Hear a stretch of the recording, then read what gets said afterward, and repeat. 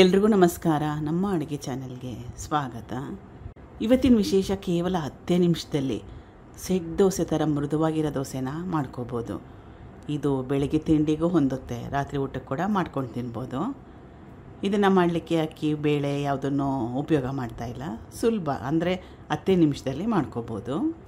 ಮೊದಲನೇ ಸ್ಟೆಪ್ಪಲ್ಲಿ ಪದಾರ್ಥಗಳನ್ನ ರುಬ್ಕೋಬೇಕು. Mixie jar ತೊಗೊಂಡಿದ್ದೀನಿ, ಅದಕ್ಕೋಸ್ಕರವಾಗಿ 1 ಗ್ಲಾಸಷ್ಟು ಅಥವಾ ಸುಮಾರು 1/4 kg ಉಪ್ಪಿಟ್ಟು ರವೆಗೆ ಬದಲಾಗಿ ಚಿರೋಟಿ ರವೆನ ಉಪಯೋಗ ಮಾಡ್ಬೋದು, ಅಥವಾ ರವೆ ಉಪಯೋಗನೇ ಮಾಡದೆ ಅಕ್ಕಿ ಹಿಟ್ಟನ್ನು ಕೂಡ ಉಪಯೋಗ ಮಾಡ್ಬೋದು.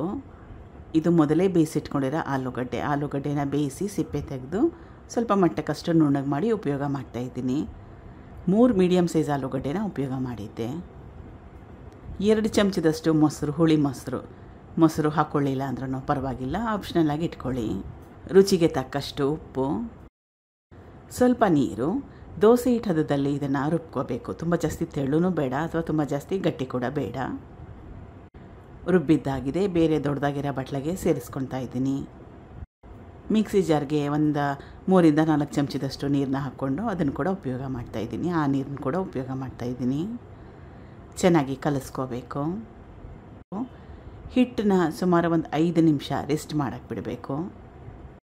5 ನಿಮಿಷ ಆದಮೇಲೆ ಎಲ್ಲದಕ್ಕೂ ಮೊದಲು ಚೆನ್ನಾಗಿ ಕಲಸಿ ನೋಡಬೇಕು. ಕನ್ಸಿಸ್ಟೆನ್ಸಿ ತೀರಾ ಜಾಸ್ತಿ ಗಟ್ಟಿ ಇದ್ದರೆ ಸ್ವಲ್ಪ ನೀರನ್ನ ಹಾಕ್ಕೊಂಡು ಅಡ್ಜಸ್ಟ್ ಮಾಡ್ಕೋಬೇಕು.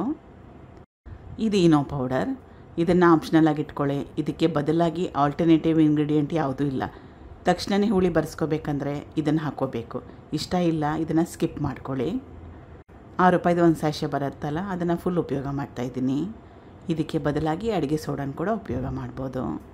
ಈ ದೋಸೆಗೆ ನಿಮ್ಗೆ ಯಾವ ತರಕಾರಿ ಇಷ್ಟ ತರಕಾರಿನ ಹಾಕ್ಕೋಬೋದು. ಕ್ಯಾರೆಟ್, ತುರಿ, ಈರುಳ್ಳಿ, ಸಣ್ಣದಾಗಿ ಕಟ್ ಮಾಡಿ ಇಟ್ಕೊಂಡಿರೋ ಕೊತ್ತಂಬರಿ ಸೊಪ್ಪು, ಕ್ಯಾಪ್ಸಿಕಮ್ ಇವನ್ನೆಲ್ಲ ಸೇರಿಸ್ಕೋಬೋದು. ನಾನು ಬೇಸಿಕ್ಕಾಗಿ ಪ್ಲೇನ್ ದೋಸೆ ಮಾಡ್ತಾಯಿದ್ದೀನಿ. ಹಿಟ್ಟು ರೆಡಿಯಾಗಿದೆ. ಹೆಂಚು ಕೂಡ ಚೆನ್ನಾಗಿ ಕಾದಿದೆ. ದೋಸೆನ ಹಾಕ್ಕೊಳ್ಳೋಕೆ ಮುಂಚೆ ಒಂದು ಸಲ ಚೆನ್ನಾಗಿ ಹೆಂಚಿಗೆ ಎಣ್ಣೆನ ಸವರ್ಕೊಂಡ್ರೆ ಒಳ್ಳೆಯದು. ರವೆನ ಉಪಯೋಗ ಮಾಡಿರೋದ್ರಿಂದ, ರವೆನ ಯೂಸ್ ಮಾಡಿರೋದ್ರಿಂದ ಈ ದೋಸೆ ಹೆಂಚಿಗೇನು ಅಂಟ್ಕೊಳ್ಳಲ್ಲ, ಚೆನ್ನಾಗಿ ಬರುತ್ತೆ. ಎಣ್ಣೆ ಅಥವಾ ತುಪ್ಪ, ಸ್ವಲ್ಪ ಎಣ್ಣೆ ಬೆಣ್ಣೆ ತುಪ್ಪ ಹಾಕ್ಕೊಳ್ದೆ ಕೂಡ ಮಾಡ್ಕೋಬೋದು. ಮೊದಲೇ ಹೇಳ್ದಂಗೆ ಇದಕ್ಕೆ ನಿಮಗೆ ಯಾವ ತರಕಾರಿ ಇಷ್ಟ ತರಕಾರಿನ ಉಪಯೋಗ ಮಾಡ್ಬೋದು.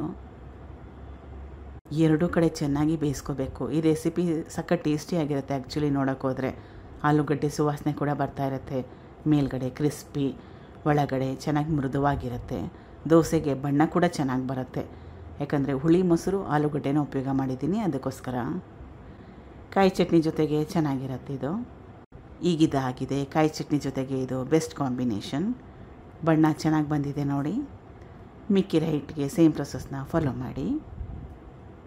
Thank you for watching. ಧನ್ಯವಾದಗಳು.